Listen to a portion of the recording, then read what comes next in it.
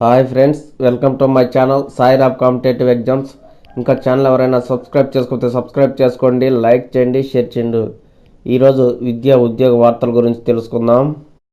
వారంలో డిఎస్సి 6,000కు పైగా ఖాళీలతో ప్రకటన. 4.5 ఏళ్లుగా పట్టించుకోకుండా ఎన్నికల ముందు జగన్ హడావిడి.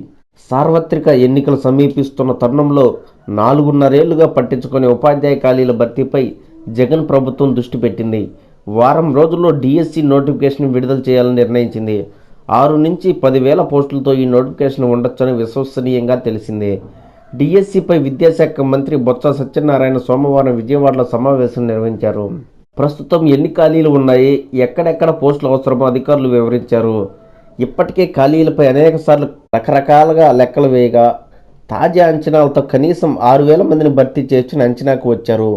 ఇందులో ఎస్జిటి పోస్టులే ఎక్కువగా ఉండే అవకాశం ఉంది. కొత్తగా ఏర్పాటు చేసిన ఫ్రీ స్కూల్ కూడా టీచర్లు కేటాయించే వీలుంది.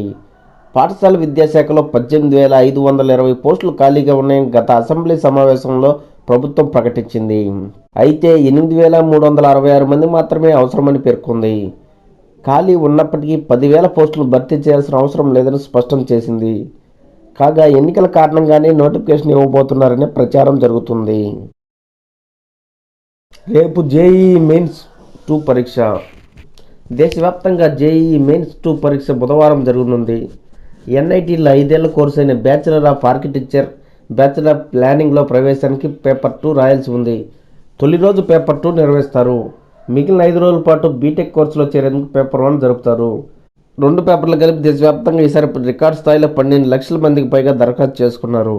వారిలో పేపర్ 2 సుమారు 1,50,000 మంది రాసే అవకాశం ఉంది. నేటి నుంచి FA3 పరీక్షలు. 1 నుంచి 10వ తరగతి విద్యార్థులకు ఫార్మేటివ్ అసెస్మెంట్ 3 పరీక్షల నిర్వహణకు విద్యాశాఖ ఏర్పాట్లు చేసింది. మంగళవారం నుంచి నెల 30 వరకు పరీక్షలు జరగనున్నాయి. పరీక్ష ముగిసిన అనంతరం మిగిలిన సమయంలో మరుసటి రోజు జరిగే పరీక్ష కోసం విద్యార్థులకు పునరుచ్చరణ తరగతులు నిర్వహించాలని పాఠశాల విద్యాశాఖ ముఖ్య కార్యదర్శి అధికారులను ఆదేశించారు.